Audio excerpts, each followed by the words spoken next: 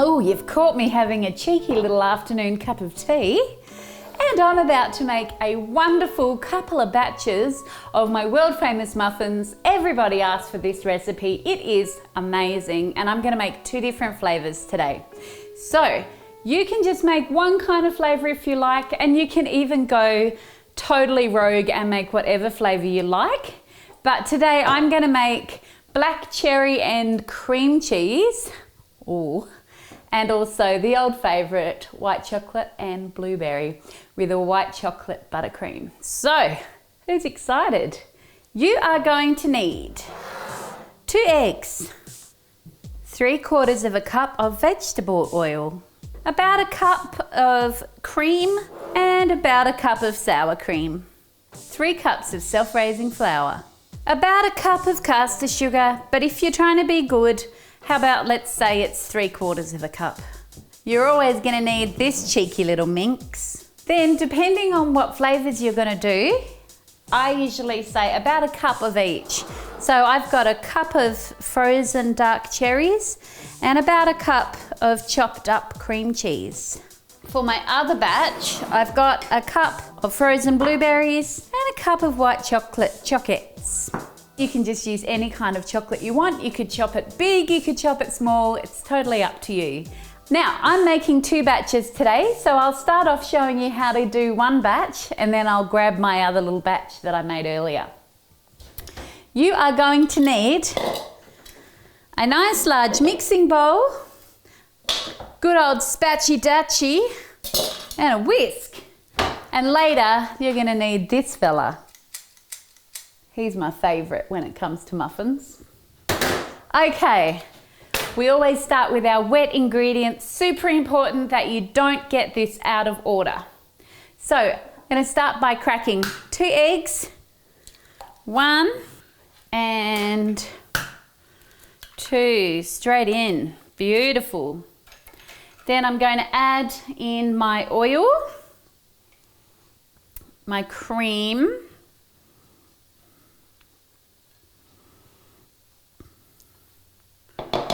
and of course, my sour cream. Whoopsies. And I'm gonna add in a gloop of vanilla. Oh, that smells like the dreams of a cheerleader. Okay, taking my whisk, I'm gonna whisk all of that together. Look, you can whisk it up a little bit as you go, or you can whisk it all in one go, as long as it combines beautifully.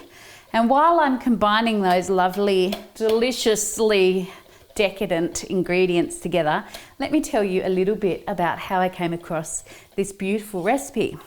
I lived in Sydney for about 10 years all up, and a number of years ago, I was volunteering in a local cafe. So I used to get up at 5 a.m. people, not even kidding. And the first thing I had to do was make a few batches of muffins. And so all week I would be coming up with interesting flavors for the muffins. And it was my mate Nathan, who was the boss of the cafe and still a great friend to this day. He came up with this recipe, and he used to just work in gloops and blobs and spoons instead of actual measurements. So I've tried to give you some actual measurements today. But if you don't have exactly a cup or this or that, just work it out, you'll be fine. So shout out to Nathan if you're watching. This is your recipe and it has served me very well. All right, all of your lovely wet ingredients are mixed together, and we are going to put this whisk away because we will not be needing him again. Because one of the worst things you can do with muffins is overmix them. So once you've got your wet ingredients, you want to just move away from the whisk. All right, why don't we start out with our blueberry white chocolate? I'm going to, that seems like a lot of chocolate. I might not put all of it in. Oh, yes, I will. Chuck in your white chocolate. Have you noticed how I'm sort of shaking it across the top? That's because I want it to be evenly spread out throughout the mixture, because I don't want to move this around too much. Because with the mixture, if you move everything around too much, you'll discolour the mixture with those lovely blueberries. And I want it to look crisp and delicious. There we go. That's enough stirring for that one. Why don't I grab my other batch and show you just how multi-talented I am. Here's my wet mix that I mixed up about 5 minutes ago, and I'm going to add my black cherries to that. Oh, get in there. And my lovely cream cheese. Look, I've never done this flavour combination before, but I used to get this amazing Danish pastry back in the day that was sour cherry and cream cheese, and I think about it way more than I probably should. Next up, I'm going to put these off to the side. I'm going to take my caster sugar and I'm going to add it to my flour. And because there's so much white chocolate in there, I'm actually not going to put the full cup in. I'm going to put probably 3/4 of a cup. And then I'm going to add all of this dry mixture to this wet mixture in one special movement like that. And this bit is super important, people. You do not want to stir it. You're basically just folding that in so that the flour is coated in the moisture. But that's it. You really don't want to be stirring. If I see you stirring it, I'm going to smack that spatula out of your silly little hand.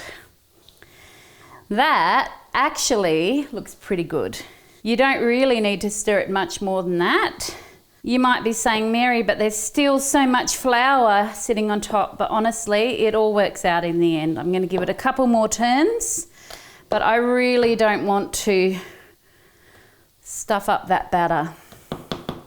Okay, now before I get on with my dry ingredients for my other batch, better turn on the oven. Just a moderate oven is fine, which is 180 degrees. Okay.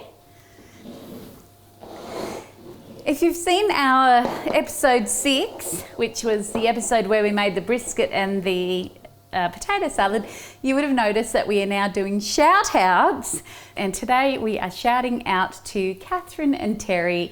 Thank you for watching and thank you for all your encouragement. We're very happy that you're trying out our recipes and getting a little laugh along the way. Okay, I am of course just folding this once again, and even more gently with this one because I've got those chunks of cream cheese and I don't want them to mix through. I want them to stay in lovely little chunks so that when you bite in, you get a lovely little explosion of cream cheese. Fun fact, I'm actually using a Philadelphia cream cheese today that is lactose free. So it's still made from cow's milk, but there's an enzyme added to it so that someone like myself can enjoy it. So I'm very excited about that. And I will definitely be partaking in this flavour. All right, those are pretty much done. There's my two mixtures.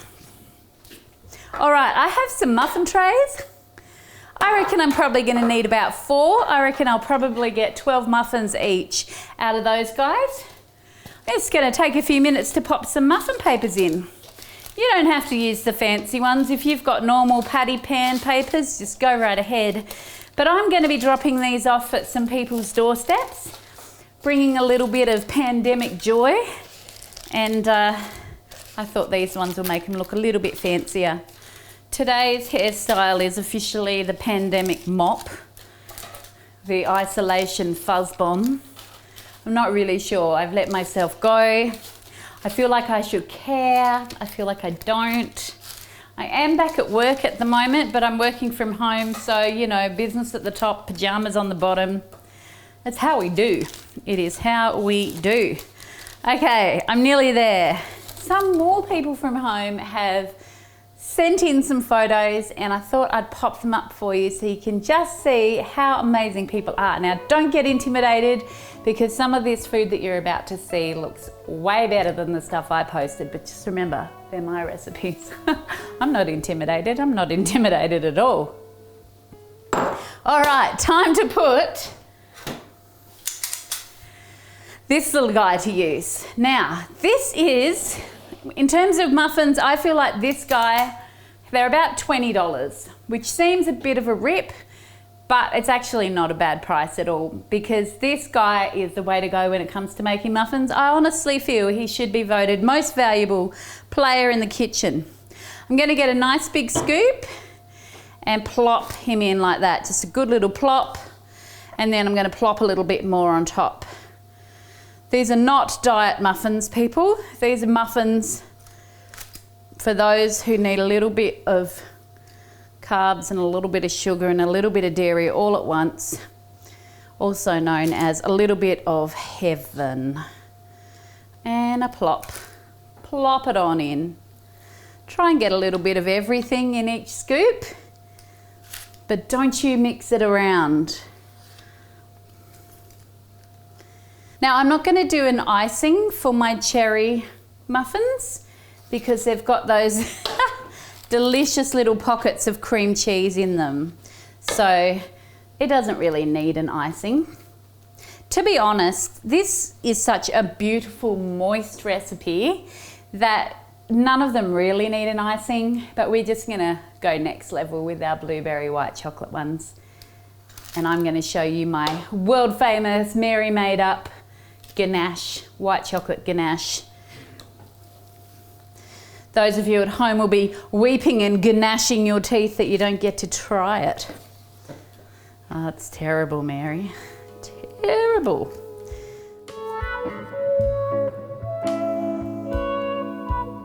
Fun story. These ones that I've just made are actually the blueberry white chocolate ones, which I made with proper full cream everything, which I'm a little bit intolerant to, and by a little bit I mean very much so. So I licked the spatula because I'm wildly professional, and I had to quickly take a little tablet to make sure that I don't get wildly ill, and that is why I'm now poking a little blueberry into the top of each of these muffins so that it's easy to see what is what. So there you go. These things happen in the kitchen. But you know, it's always better if you don't die on the job. Just gonna pop these blueberry white chocolate ones out of the way for a minute, and I'm gonna get onto my cherry and cream cheese delight. So some other flavors I've done are chocolate peppermint, peanut butter caramel. Really, the sky's the limit. Also, another favorite thing to do with this exact recipe is savory muffins. Obviously leave out the sugar and add in cheese and herbs. Pesto is beautiful in there as well. So it's all the same ingredients except that you leave the sugar out, and obviously probably don't put chocolate in savory ones. We don't eat a lot of wheat in my household. Nobody's actually gluten intolerant technically, but it makes me feel really sick and also terribly fat. So it's just for treats and just for when you don't have to go anywhere afterwards. Will I have one of these muffins? Yes. Will the rest of them be given away? Yes. I feel like we're in a bit of a season in life where finding freshly baked muffins on your doorstep is kind of a nice thing. Although I can't really think of any season where that wouldn't be a nice thing. If you haven't got a rubber spatula like this at home, you should get one or two or 7. They're not very expensive and they're so good for getting all of the mixture out of everything. This one I'm pretty sure is safe to lick. Oh yeah, that's good times. Who is your mummy? All right, into their hot little home. I'm gonna put one of each batch in the top and the bottom. And in they go, and we won't be seeing them for another 20 minutes.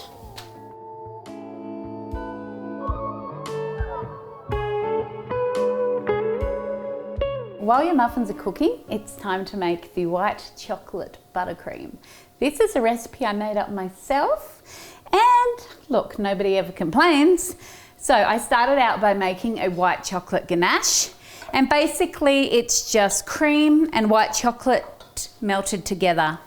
And I'm going to actually pour that into a bowl so that it can cool down, because I can't work with it while it's hot.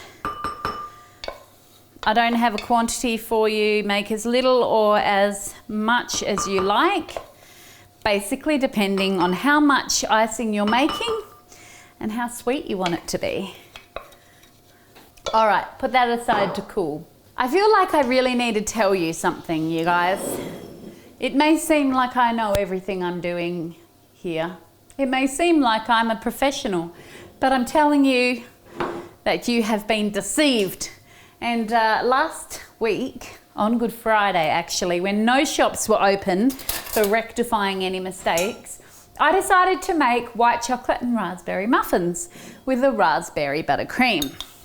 We decided to film it. We thought, why not share this recipe that I've never ever stuffed up in my life before. Turns out there were a few things I didn't have, and I thought I'll just do a little bit of substituting. It was a mistake. I'm not gonna lie, I was a little bit disappointed in life that day. I'm so sad because I forgot to add the sugar. They don't look as risey as normal.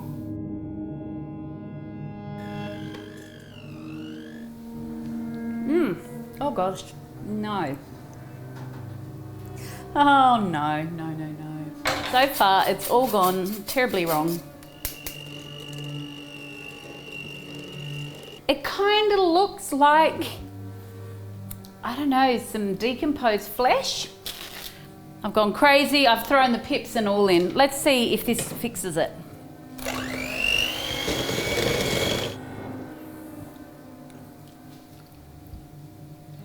It literally looks like I blended a baby. It's ruined, it's horrible. It doesn't look like icing. So, here's a few hot tips. Definitely need to use softened butter. Look, it just, when I press it down with a spoon, it is easy. You just want to think, if I had a beautiful piece of soft white toast, could I get a good thick spread on that without putting any holes in it? And then you know it's soft enough. So, an amount of butter. It all depends on how much you want to make. This is about, I'd say probably 125 to 150 grams of softened salted butter, because it tastes better with the salt in it. Then, and I know I've said that sifting is for milk drinkers before, but in this case you do need to sift. I'm going to add, I would call it, we'll start off with about a half a cup of icing sugar. We need it for the texture of this dish, but we don't want it too sweet because we are going to be adding in our white chocolate ganache, and there's a whole lot of sweetness in that, of course. I'm going to leave it at that for now, so I've put in half of that amount, and I'm going to see if my ganache is cool. Ooh, it's a little bit warm. You know what? I'm popping it in anyway because I'm living dangerously. I don't want it to melt my butter, but I reckon if I get those mixes onto it quickly, it's going to be fine. Get this electric mixer, and if you've got a KitchenAid, then that's what you want to use, or some sort of mixing device. That already looks 100 times better than last week. Oh my goodness. I don't know whether my issue last week was that I added in fresh raspberry juice and it curdled, or whether it was just that the butter was too hard. Either way, never going there again.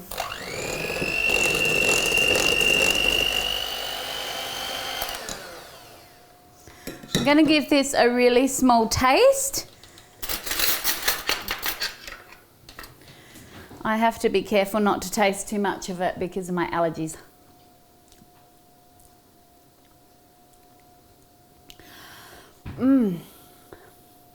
I feel like I've been missing out for so long. That is so flippin' delicious. Oh my gosh. It's very buttery. I don't think it's too sweet.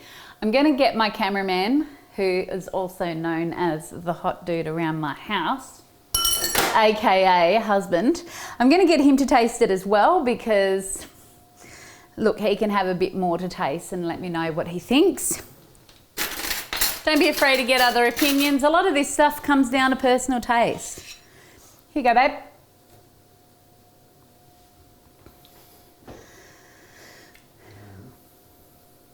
It's good. Not too buttery?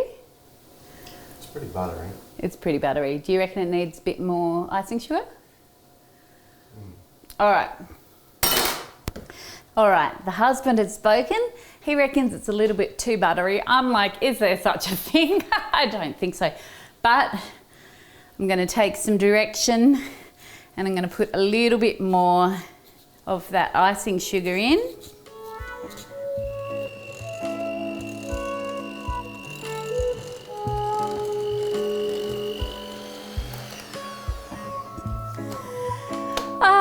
Memories of licking these things back in the day. I don't know if you had a parent who cooked, but my mum was a fabulous baker. She still is. And I have wonderful memories of taking a beater off to a private corner and showing it a good time. All right, I'm going to get a spatula and I'm going to show you how to put it into one of these guys. If you've got a piping bag, I just got these little throwaway ones. If you get a tall container and you sort of go like this, makes it much easier to get your icing in without getting it everywhere else. I'm a big fan of just rustic icing, like a blob on top too. So if you don't have a piping bag, there's no shame in that. You can just whack that icing on top. No one's going to chase you out of town for it. They're going to be too busy with their nose and mouth buried deep in the best muffin they've ever tried. Once we've put that in, we gently want to bring that around like that and shake him down. By shake him down, I don't mean take his wallet from him.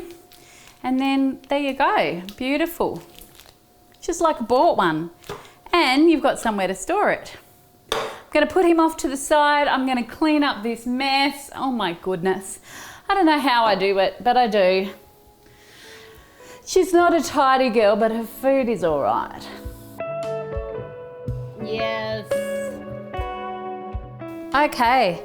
Keeping in mind that the other muffins are still in the oven, I'm going to use a skewer just to test these and see if they're ready. He looks pretty clean to me. Perfect. All right, let's get the other guys out. Now it's just a matter of letting them cool down, and the quickest way to get them to cool down is to obviously take them out of the tins and pop them on a cooling rack or on a breadboard. Here's one I prepared earlier. You can give them a few minutes before you do this. Don't they look great? Next up, it's my blueberry white chocolate guys. And they are looking delicious. Definitely want to get those out of the tin because we need them to cool down so we can ice them. And like I said before, there is no icing a hot muffin. I'm sure you've all been told that before. They do say there's nothing like a muffin. And by they, I mean the weird rhyming people.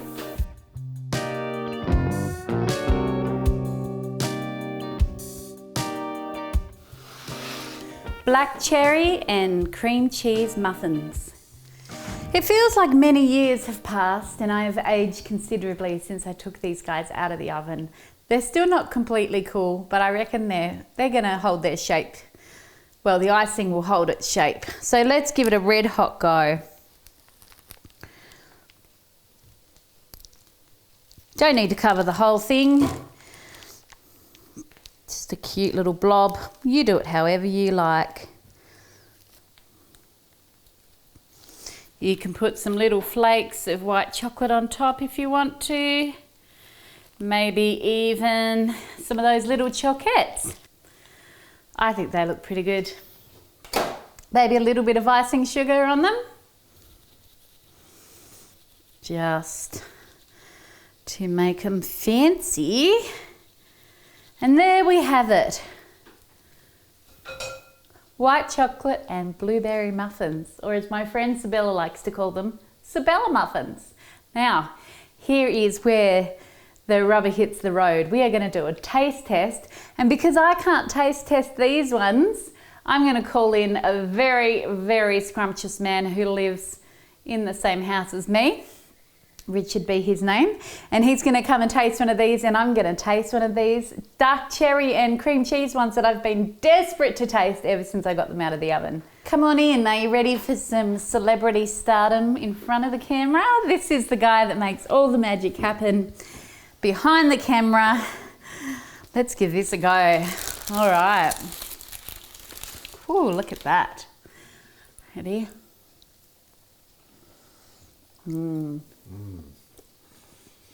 That is delicious. You're delicious. It has melted a little bit. That's all right.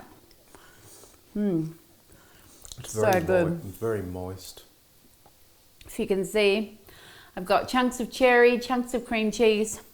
If you're a massive sweet tooth, then I would add a cream cheese icing to this one. But I'm not a huge fan of lots of sugar, so this is delicious. Better than your last ones. So much better. But that's rude.